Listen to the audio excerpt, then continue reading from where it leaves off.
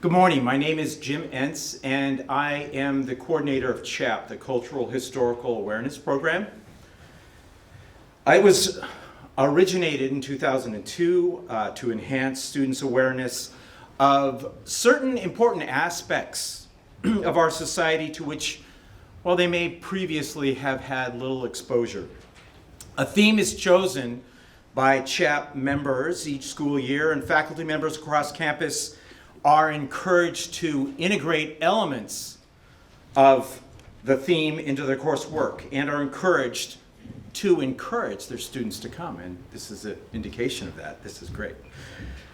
The theme for this year is the Anthropocene. Events such as this with a guest speaker are offered throughout the year, free and open to the public.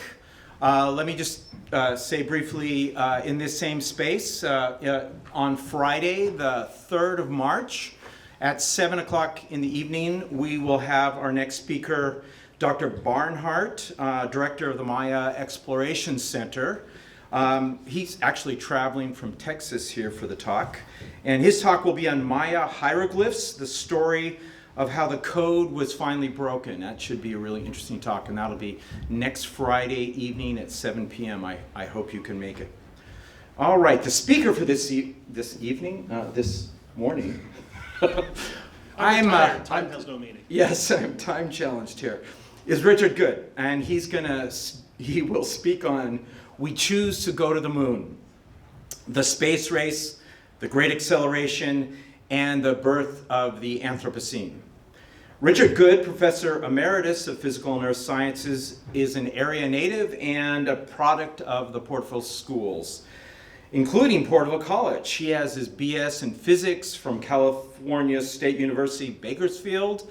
He has his MS from Mississippi State University, and he holds California State teaching credentials in physical science, mathematics, and multiple subjects. Professor Goode retired in May of 2021 after teaching physical science, geology, and earth science at Porterville College for the past 22 years. He's a member of the advisory board for the environmental science pathway at Wenatchee High School, is the astronomy consultant for SciCon and Circle I Norris Ranch. He and his wife, Georgia, enjoy scuba diving and traveling to as many spots as possible. Well, here he is, Richard Goode. Thank you.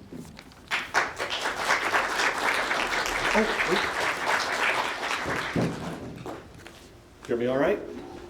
Good. I've been with Chap, or involved with Chap, ever since its inception. In 2001, it began as the Manzanar project, and that morphed into Chap, where we are trying to do more and more of these types of things. In 2010, I gave a talk on the space race, the race to the moon, when we had the decade of the 60s. We're getting some feedback. And last fall, I gave a talk on what the Anthropocene is, and this is kind of a marriage of those two talks, okay? Both my previous talks are available on the Chap website if you need to see them, okay? While the debate over when the Anthropocene actually began is still ongoing. Nobody has a real good, solid idea, but the consensus seems to be in the middle of the last century. And two major events in that time period kind of set off what we call the Great Acceleration. I'll expand on that in just a second. In July of 1945, the Trinity test, the first atomic bomb, was detonated in New Mexico, and then within a short period of time, two were dropped on Japan, ushering in the atomic age. And the atomic age is a good marker for the beginning of the Anthropocene because the radionuclides that were dispersed by those tests are found pretty much all around the world. The other is October 4th, 1957, in which the Soviets launched the first artificial satellite into space, setting off a great competition between the United States and the Soviet Union. The Great Acceleration is a period since the 1950s in which rapid, massive changes have occurred on the planet. These are just some of the examples of that. And one of the things that fueled this was government spending after World War II. We had the interstate highway system being developed. We had huge amounts of military personnel discharged, veterans after World War II coming back, and the GI Bill providing low-cost housing, low-cost home loans, education benefits, which just caused the economy to massively expand. Transportation became easier. All of these things that were developing at that time made our lives more convenient, easier, and a vast majority of the things that we enjoy today are a direct result of the competition between the United States and the Soviets for the atomic race and the space race. With the Great Acceleration, all of these things are linked. On the left, we've got the socioeconomic trends, what's going on in this country. On the right, we've got the Earth systems trend. Now, the Anthropocene is the age of man. We have radically altered this planet. We are now the driving force for geological, sociological, environmental changes by the way we consume massive amounts of stuff. And so the Great Acceleration is a result of that, the socioeconomic and then the effects that we're having on the planet. There's a couple of examples that will come here that kind of typify our massive consumerism, and this is one of my favorites. As we can see in the 1950s, the vast expansion of McDonald's restaurants. Now, correlation is not causation, so we can correlate that McDonald's has caused all these economic disasters because they're occurring at the same time, but that doesn't imply causation. When we talk about the Great Acceleration and the technologies needed for a lot of this, we have surpassed the geologic environmental processes for our own use. Fertilizer. We're now manufacturing more fertilizer artificially than the earth can actually provide. We're fixing nitrogen at a rate faster than the environmental process can. The Apollo mission. The Apollo 11 mission, if you include Mission Control in Houston, Kennedy Space Center in Florida, and the Apollo rocket and command module, lunar module, all of that combined, it used less than 5 megabytes of memory. The first iPhone selling for $500 had 12 times that. And it didn't require the largest rocket ever built. Okay, so a lot of this right here is a direct result of that competition between the United States and the Soviets.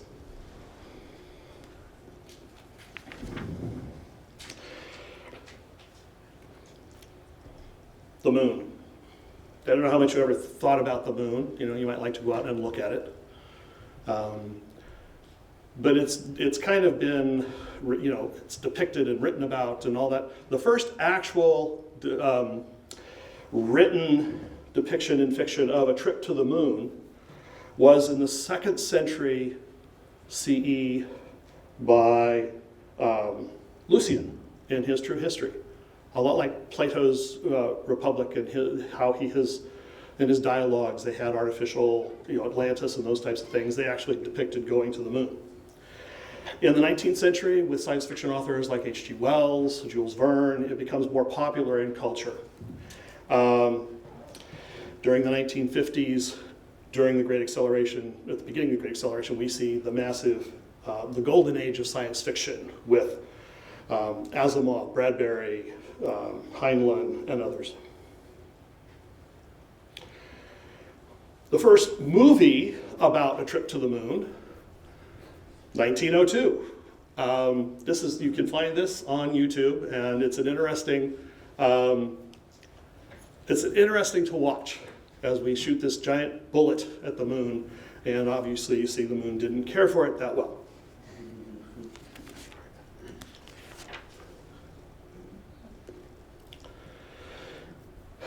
Tsiolkovsky, Oberth, Goddard, and Zander, these are the fathers of modern rocketry. From 1902 until 1926, they were authoring pivotal papers on design of rockets, leaving the atmosphere, going into orbit, liquid-fueled rockets versus solid-fueled rockets. And in 1926, Robert Goddard actually launched the first liquid-fueled rocket in history. And this sets the stage for the birth in the 50s. During World War II, Germany developed their vengeance weapons, the V1 and the V2. The V1 was known as the buzz bomb and flew like a jet aircraft. But the V2 was actually a ballistic missile. It was the first ballistic missile. And in the 20th of June in 1944, it became the first man-made object to actually go into space. Now, there is no real solid definition of space. Nobody has come to an agreement, but there are several working definitions that people use. The Kármán line is 100 kilometers or 62 miles above the sea level, and that is the International Aviation definition of where space begins. The US military defines an astronaut as anyone who's made it above 80 kilometers. And that's the lowest altitude that something can maintain in orbit. At the end of World War II, Operation Paperclip was a secret government program to expatriate as many German rocket scientists and engineers as we could. We pulled into this country 1,600 engineers and experts on the rocket program, which has become very controversial because where they developed these rockets at Peenemünde in Europe, they were using slave labor, Nazis, lots of abuse, death, concentration camps, and some people think that like Werner von Braun here maybe should not have been given a free ride out of Germany and should have been tried for war crimes, but we decided that the race to the moon was more important.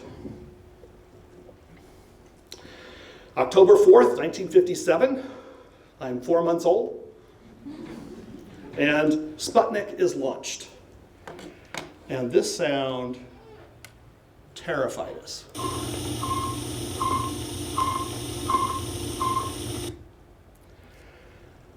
Because if the Soviet Union could use an intercontinental ballistic missile to launch a sphere into orbit around the Earth that beeped, they could deliver nuclear weapons to any point in the United States. And so the space race and the nuclear arms race now become interlinked.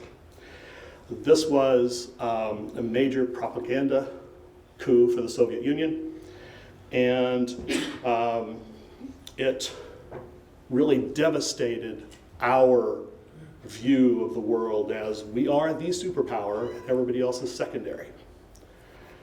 And from here until the Apollo mission, the Soviets are beating us consistently at every turn in the space race.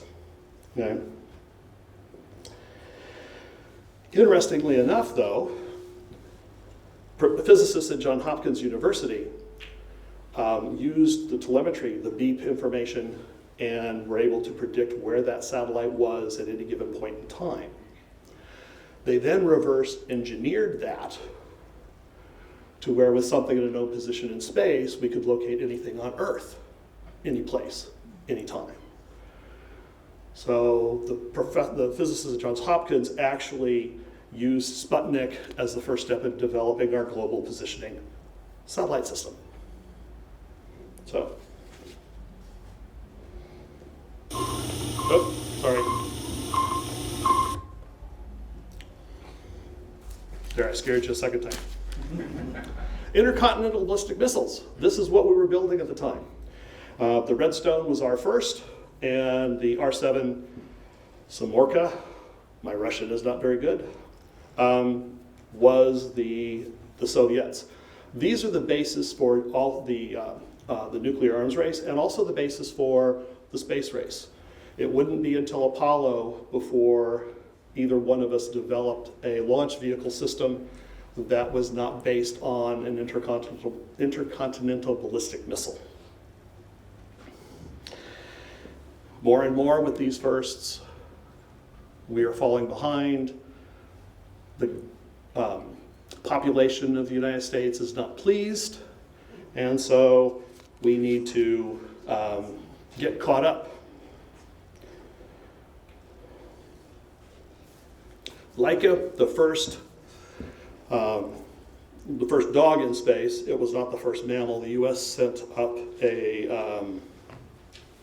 this was the first, I'm sorry, we were later. Laika was the first astrodog, cosmodog, and he was never meant to be retrieved. Sputnik 2 was designed to go up into orbit, monitor the vital signs of the dog, and after about 5 hours, vital signs ceased, and several months later, it re-entered the Earth's atmosphere and burned up.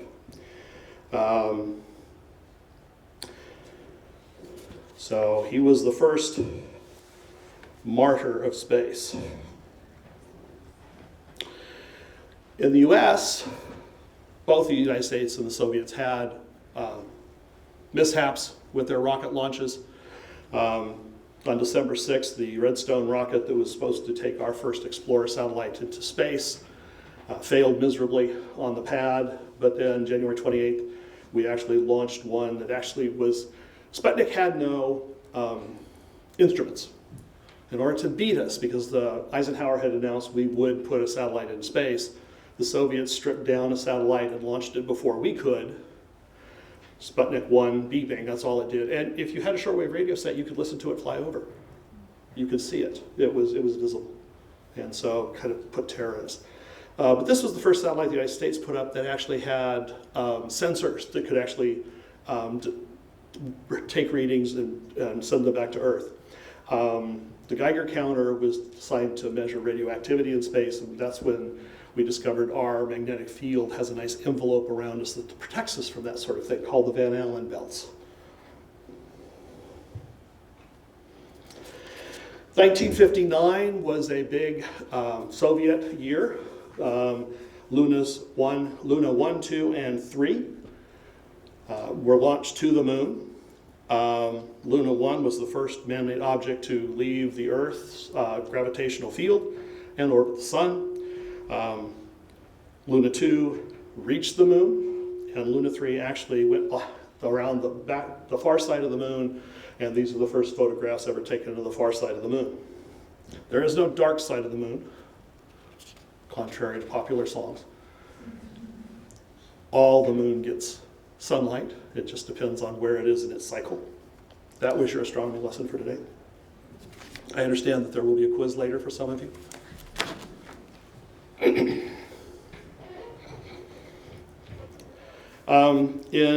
Echo 1 in 1960 was the first American communications satellite. It was basically a big mylar-type balloon,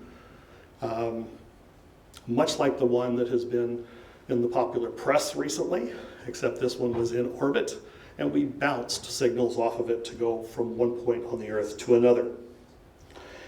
In 1949, previously, the first mammal in space was a rhesus monkey, Albert II. Unfortunately, Albert's parachute failed to open. The first mammals to return from space alive, Belka and Strelka. And actually,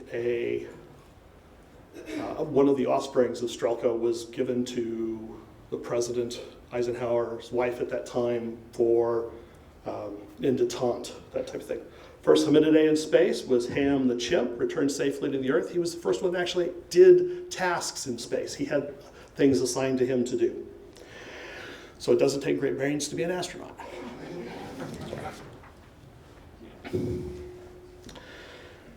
April 12, 1961, the big first after Sputnik for the Soviet Union. Yuri Gagarin orbits the Earth. First flight, 108 minutes. August 6th, the first astronaut to spend time in space, 25 hours over one day, German Titov. This brings us to our response to all these firsts. Mercury. This point in time, I always wanted to be an astronaut when I grew up. I think just about every kid did at that point in time in the 60s. They told me I learned to count from 10 to 1 before I learned to count from 1 to 10 because of all the launches, Mercury and Gemini and that type of thing. So I was always really enamored with this whole space program. The Mercury project had clearly defined objectives. And in every one of our space mission sets, Mercury, Gemini, Apollo, the last one is always emphasized, I think, more than the Soviet Union. Return them safely to Earth. We kind of thought that was a big thing.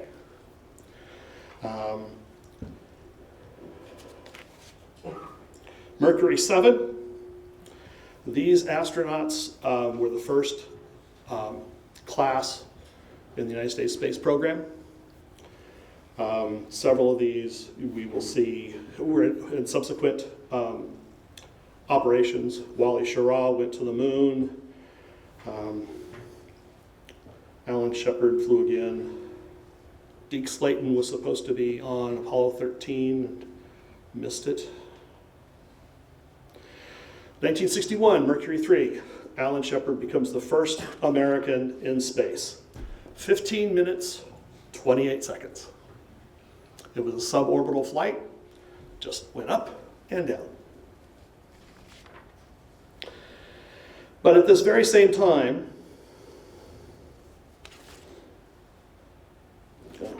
missing a page. At the same time here, we have the Bay of Pigs, failed Bay of Pigs invasion, and Yuri Gagarin's launch into space. Those two first really kind of kicked the United States in the behind and pushed us to go faster and further. In 1961, John F. Kennedy gave his famous "Before this decade is out" speech. First, I believe that this nation should commit itself to achieving the goal before this decade is out of landing a man on the moon and returning him safely to the Earth. No single space project in this period would be more impressive to mankind or more important for the long-range exploration of space, and none will be so difficult or expensive to accomplish. He has set the United States on a path to the moon within the next 9 years. This was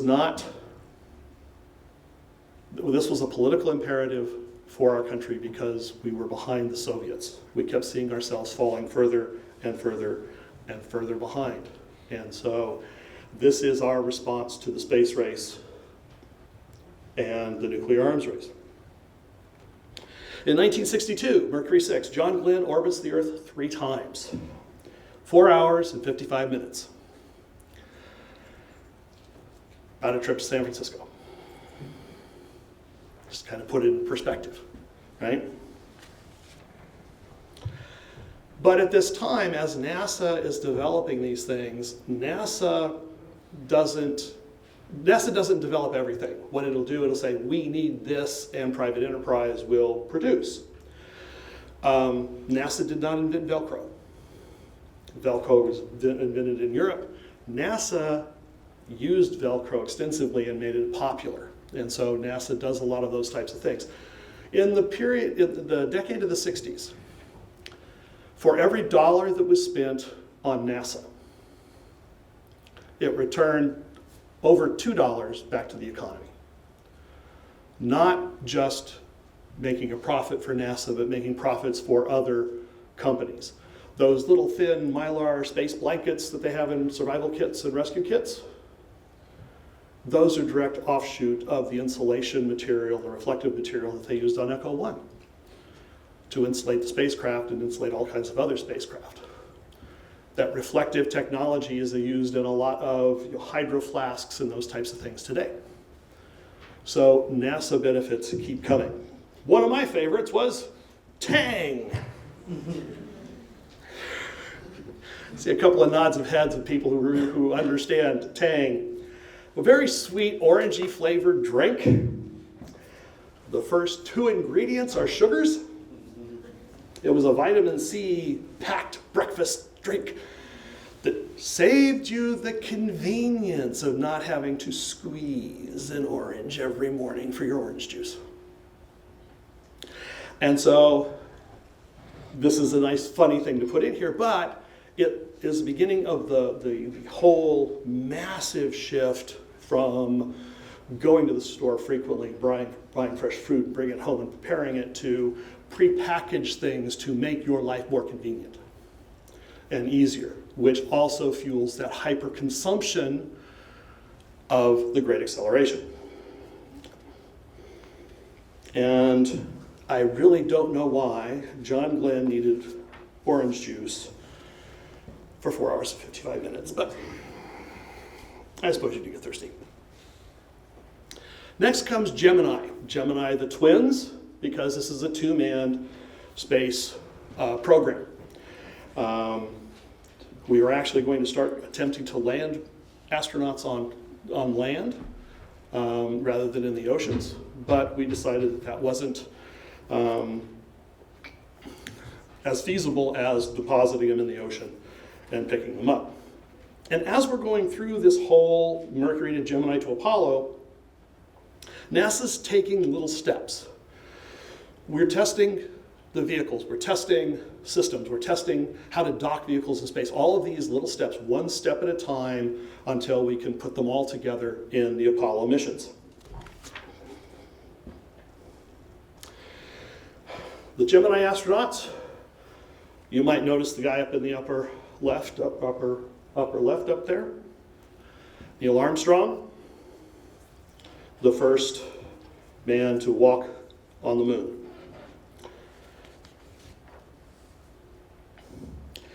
At this time, the Soviets are beginning to feel that we are catching up, and so they're starting to cut corners. In October of '64, these three men were sent up in a two-man space capsule. The Soviets stripped it down to remove most of its safety features in order to beat us to a three-man launch.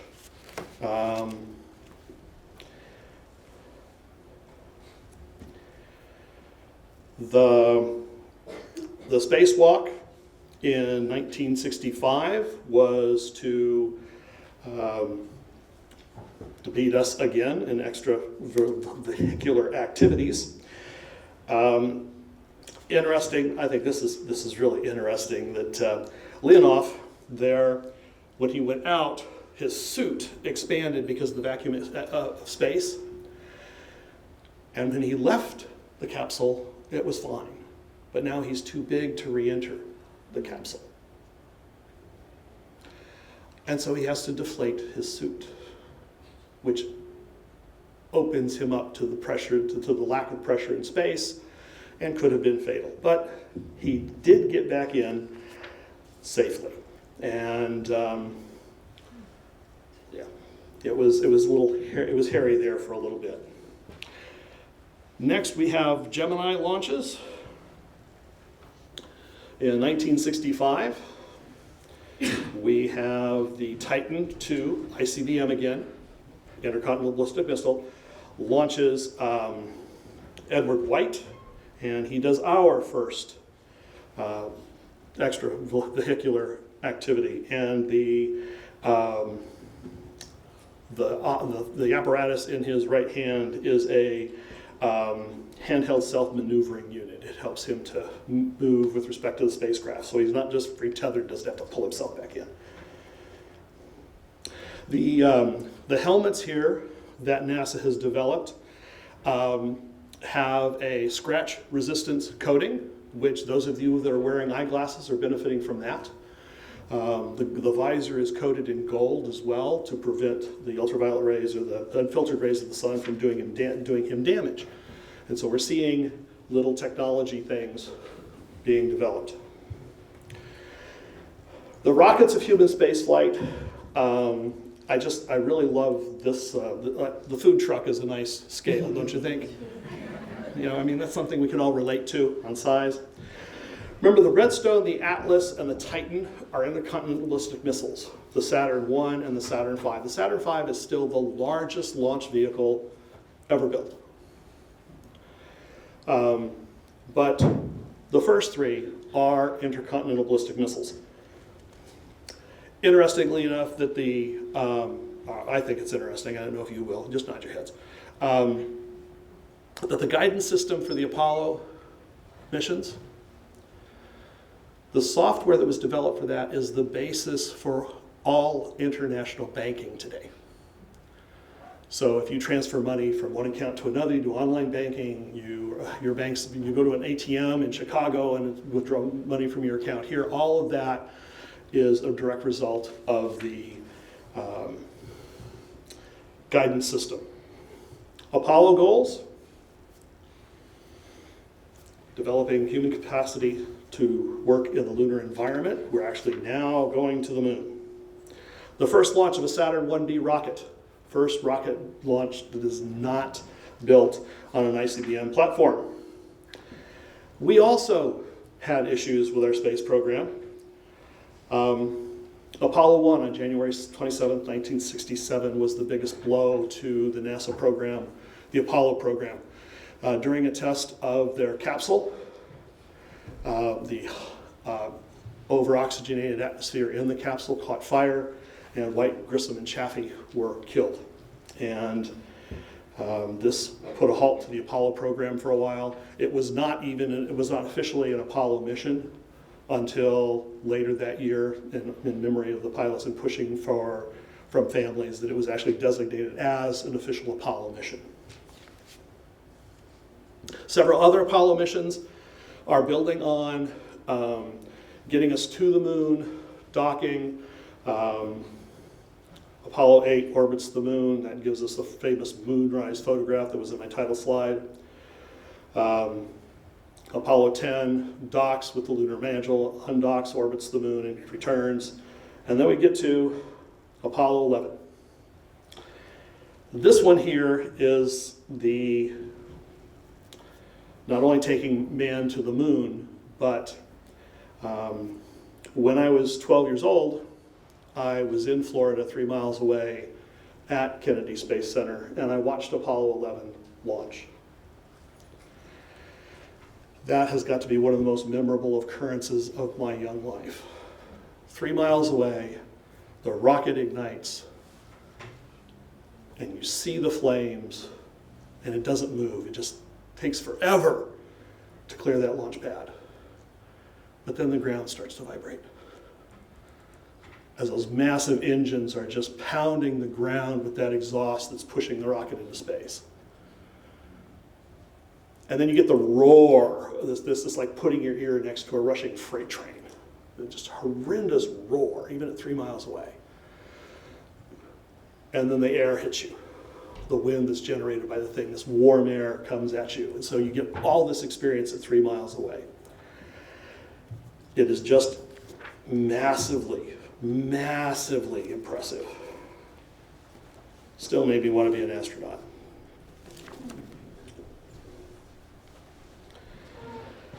For those people who say we did not go to the moon, the lunar orbiter has actually photographed the landing sites on the moon. You can see the white dot in the center is the lunar module. You can see some footpaths going out there to the upper left. That's where the flag and the camera are. Coming down this way is the instrument package. And then you can see where they went over and collected rock samples from the crater. All the Apollo missions have been photographed, the ones that successfully landed on the moon. All the Apollo missions in a nutshell. You've got Apollo 1, and then it jumps to Apollo 7. Those were the official, there were unmanned flights and other tests in there.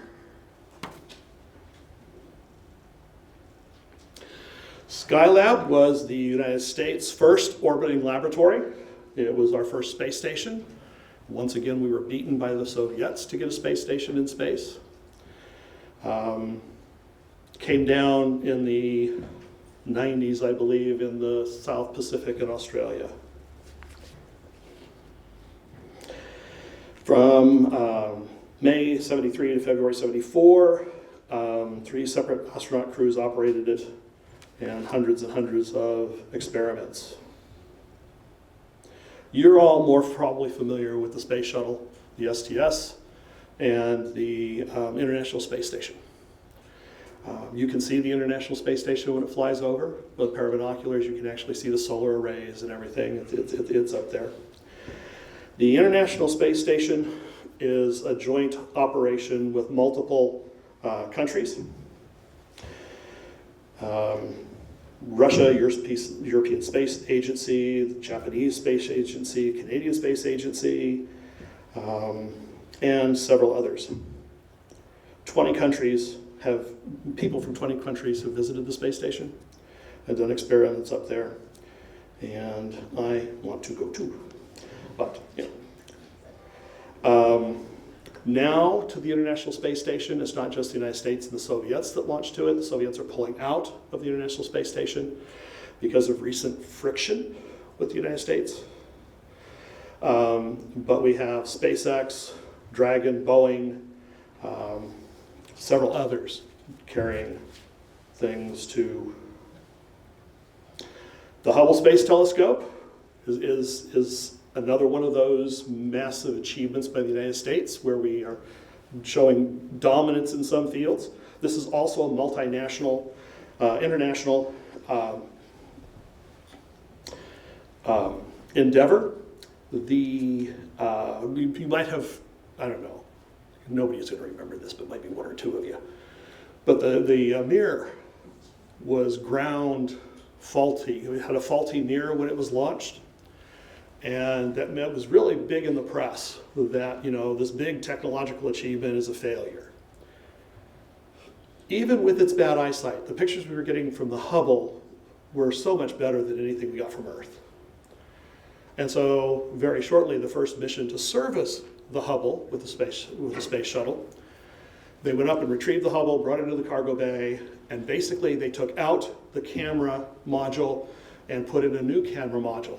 They put glasses on the Hubble. I love this. This is the only instance I can think of where two wrongs make a right.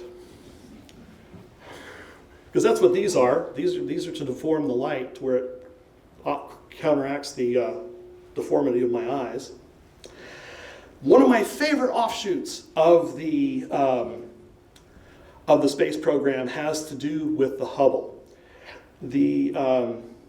At Princeton University, they developed a software pattern to where when the Hubble takes photographs of a field of stars, they can pinpoint exactly where that is using this algorithm. It's kind of a location device. We've also sent it on spacecraft to other planets that they can orient and take a picture of the sky anywhere in 3 different directions, and they can tell where it is into a space about the size of this podium. Okay? But environmentally, we use this same software. It's been adopted to help us identify animals. Because, for example, whale sharks, all those spots are unique on each individual whale shark. Polar bears have a unique individual whisker arrangement that is unique to each polar bear. And so they can take a photograph of that, the polar bear, the whale shark, the eagle ray, all kinds of creatures, giraffes, leopards, catalog their spots, build an algorithm where anytime they spot that, take another picture of that, they can identify that creature in this database. And so we can monitor how much we're impacting the planet around us by using a Hubble software to monitor species. Once again, our food truck for scale. These are all of the NASA rockets up to the STS, the shuttle system. The Atlas and the Falcon is the SpaceX, the Elon Musk rocket that's being used heavily right now. And the SLS, those are the new heavy launch systems that the United States has developed. They just launched the Artemis a few weeks ago to go orbit the moon and return, which is our first step in going back to space. Comparing that with other ones that are out there, we have heavy lift units and super heavy lift units. The Saturn V is still the largest to date. And it requires a large launch unit to get enough fuel into space to go to the moon and come back. That's part of the problem. The Artemis on the SLS, the person who took the moon photograph, Sean Tarpley, and this photograph, when I went to Houston and I flew in NASA's microgravity jet, the Vomit Comet, I didn't. But I have been weightless. I've walked in lunar gravity. I've been in Martian gravity. And his wife was one of the engineers for NASA. Her job at NASA is to figure out where the parts are going to land in the ocean so they can retrieve them. So this is the Chinese Long March system. We are now in a competition. We are now in a new space race with China. They are committed to going to the moon, and we are extremely worried that they're going to the moon. If they get there before us, again, they will isolate the moon. They will take control of it and prevent anybody else from going there. That's our fear. I don't know how accurate that is. But we have this new race to the moon.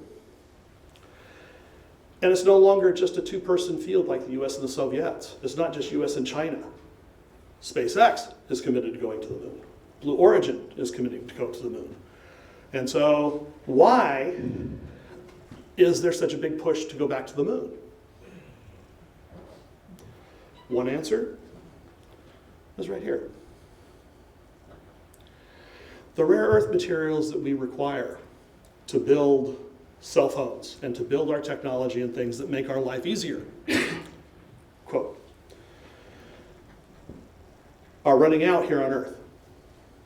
They're hard to find, they're hard to mine, very damaging, polluting when we do. We have that big rock up there that has the same stuff that Earth has. Mining, tourism. Who would go to the moon for a weekend? Yeah, long weekend, but a weekend. 3 days to get there, 3 days to get back, so, military bases.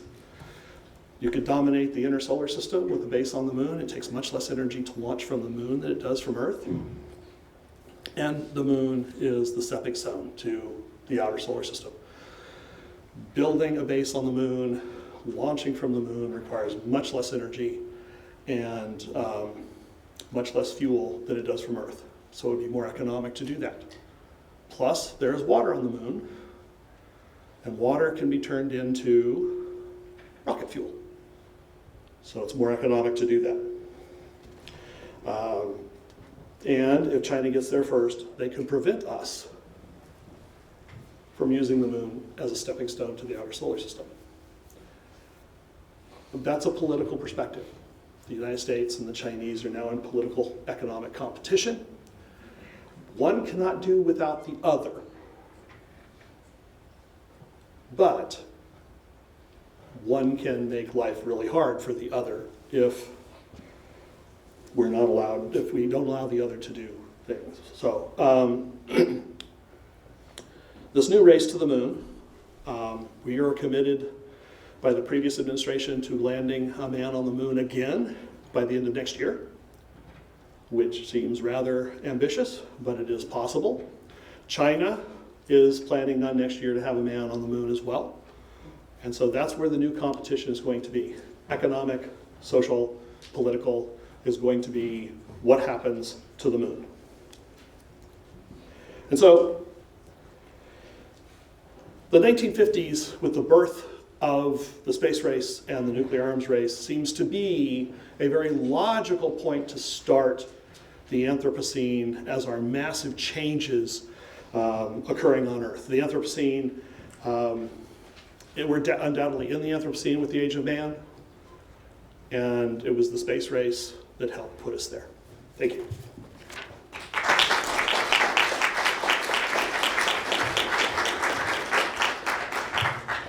Questions? Yes? Do you think that the current commercialization of human space travel is a necessary step, or is detracting from the kind of general scientific aspect that we've been approaching space travel with so far? I think it's a necessary step because in our capitalist society, especially, competition is overarching, in a large sense, good. It can be very bad, but I mean overall. And NASA, one of the NASA directives is that if there is a private entity that does the same thing you do, you use the private entity. And so, like NASA has the Vomit Comet, they have their own microgravity jet. There's also Zero G, which is a private company that also can train astronauts. And so we're using SpaceX to deliver things to the space station because they're doing it, the government doesn't have to. So I think it's necessary. I think it's inevitable. I don't think that we could do it without that.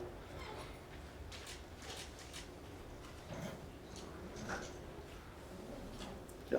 You got any sensible hope that we could establish a moon base? I think it's technologically possible. I think that we will eventually have a moon base. The moon makes sense because to a certain degree it's protected by our magnetic field as well, so it doesn't quite get the same radiation that Mars would, for example.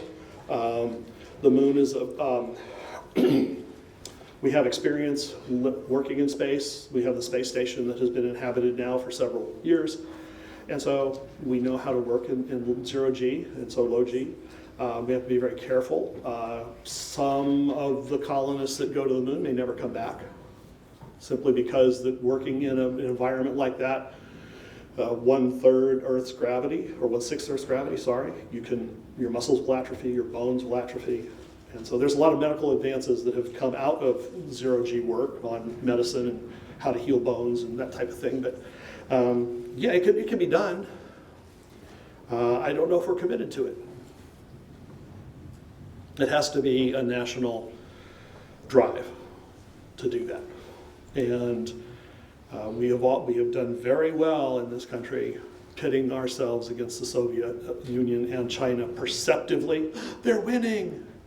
And so that puts an imperative on it to do something like that. Yes? Do you think we'll start moon mining or asteroid mining first? Moon mining makes a little bit more sense because we can have a permanent base there.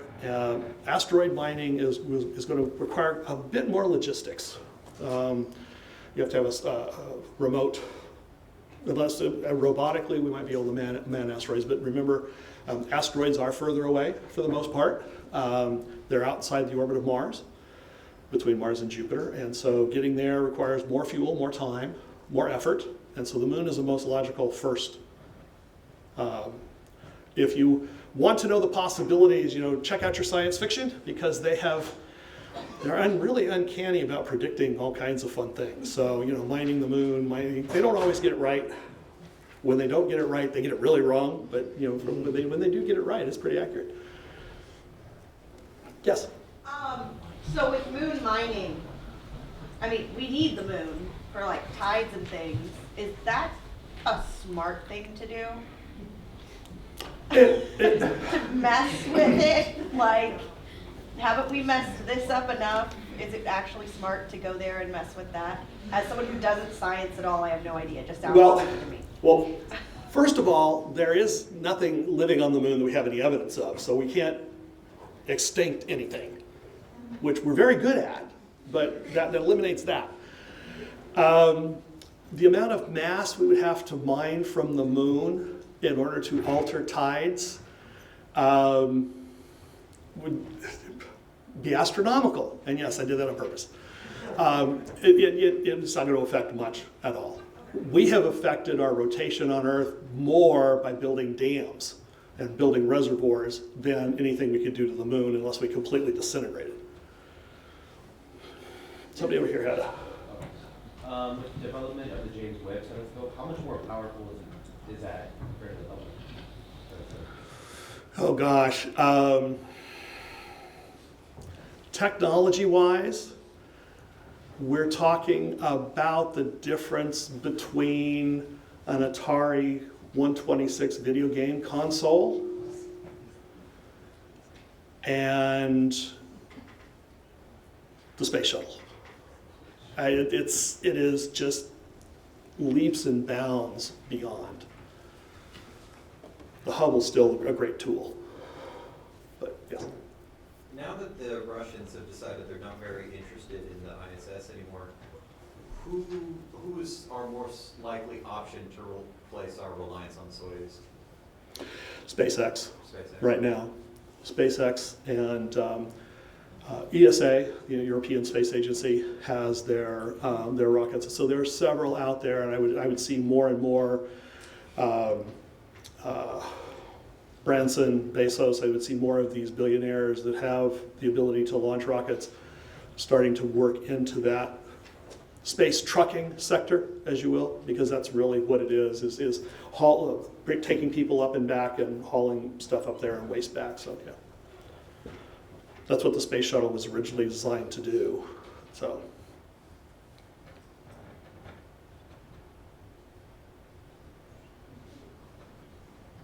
No other questions? Yes? So for NASA the next year, what's their primary objective? Would it be more science and exploration or a military base like Anchorage in Alaska? NASA doesn't do military bases. That's DARPA that does the military research end of that.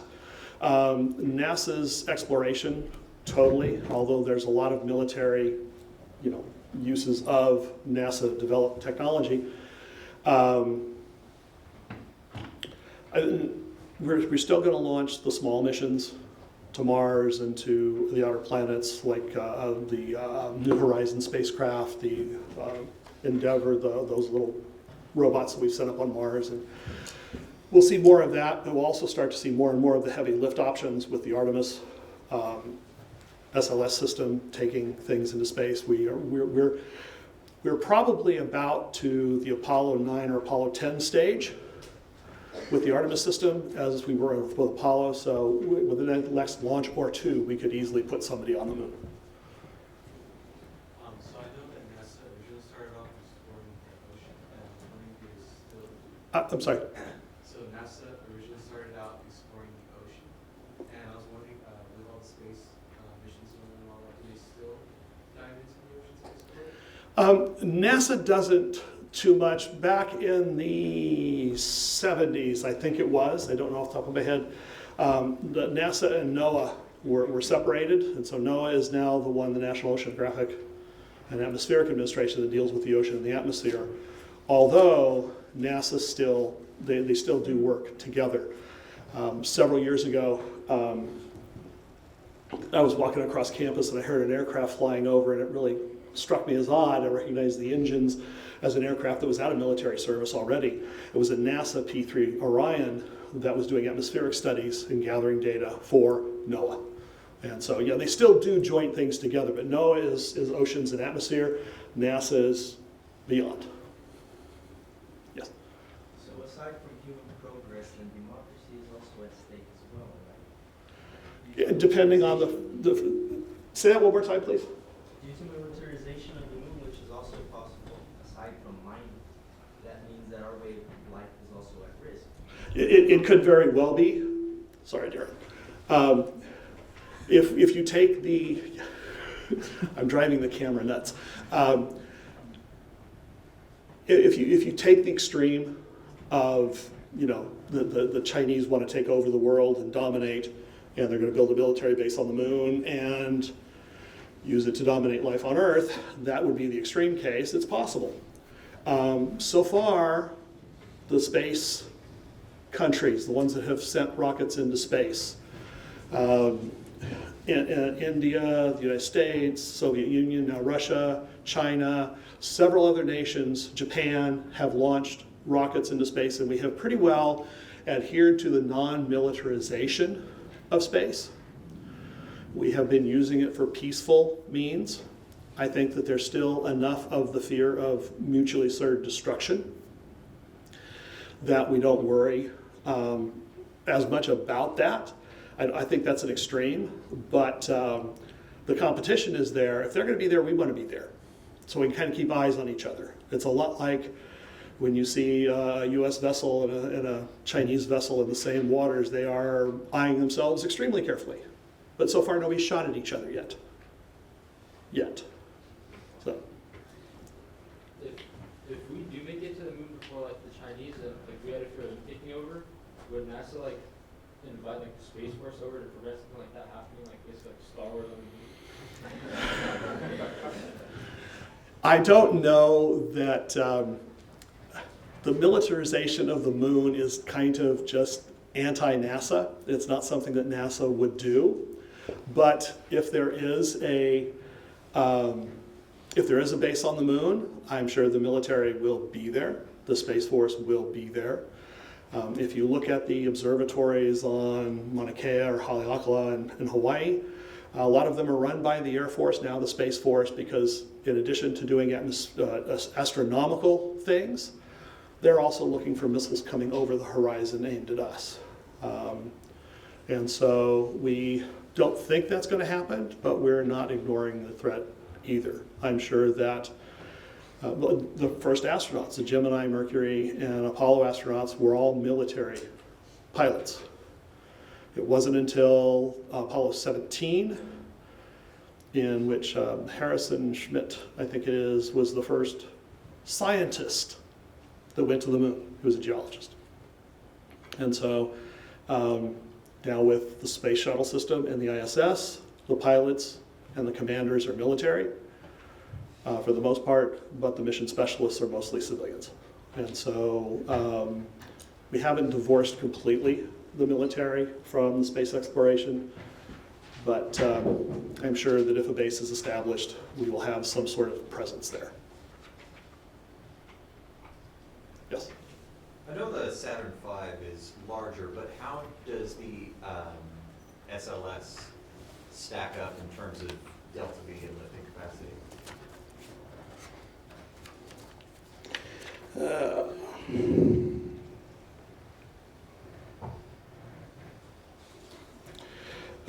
The bars down at the base here show the tonnage that can be lifted. The Saturn V can do 127,000 kilograms, and the SLS-1B can do 105.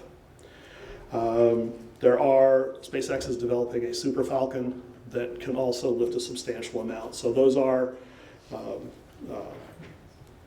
that's the comparison. Is that SLS on the right? Yes. Yeah. And those, the side boosters there were developed during the shuttle program. They will help boost the rocket, and then they will fall off into the ocean, be recovered, and be reused. Yes? Is there a point where the damage we've done to our atmosphere is a point of no return where will we still fly rockets into the atmosphere, or will we just completely stop if we're told? Rockets, for the most part, use hydrogen and oxygen as a fuel. And the major pollutant from that is hydrogen or dihydrogen monoxide, water. And so, for the most part, the rockets are not going to damage the atmosphere much. Yes? So, in short, our Earth is dying because of capitalism and war profiteering and other our eating habits, and people just don't want to accept that at this point? Well, I think that we accept it. I don't know how much we want to do about it. That's the imperative. How many of you want to give up your conveniences? I mean, Are you willing to bicycle to school? Are you willing to grow your own food? Are you willing to give up fast food? Oh, there it was. Now I've started meddling. But we haven't destroyed the earth. We have altered it substantially. Once we're extinct, Earth will recover. It may take millions of years, but Earth is fine. It's the living things on the Earth that are in danger. And we're just one of those. And so with the Anthropocene, I think hopefully we'll become more aware of what we're doing to the planet, and we might actually start to care for it a little bit more. So, Richard, we have time for one more. One more question. Yes? So, do you think that the reason why we had this huge gap between like last moon landing and now is that because just a lack of competition? Lack of competition, and we became apathetic. The Apollo missions to the moon were fantastic. People sat on the edge of their seats. I remember Apollo 13 when I was in junior high, and we knew those men were dead. They were not coming back to Earth. We knew that we had lost our first 3 astronauts in space. That was how we viewed things. And when you consider all they had was a slide rule at NASA to deal with this type of thing, that's kind of interesting. To me, the greatest triumph of NASA and the Apollo program was not Apollo 11 on the moon, but it was getting those 3 astronauts back in Apollo 13. And I watched the movie Apollo 13 with Tom Hanks, and I know how it came out. I was there. I watched it on the news. I followed it intently, and I'm still on the edge of my seat because it was such a phenomenal thing. And so after that, there just wasn't the national push anymore. There were more missions that were slated to go to the moon. There was Apollo 18, 19, and 20 that were supposed to go to the moon, and the government just decided it wasn't important anymore. We've been there, we beat the Soviets, we beat them into the dust, we're done. So, we just started concentrating on other things. Okay, thank you.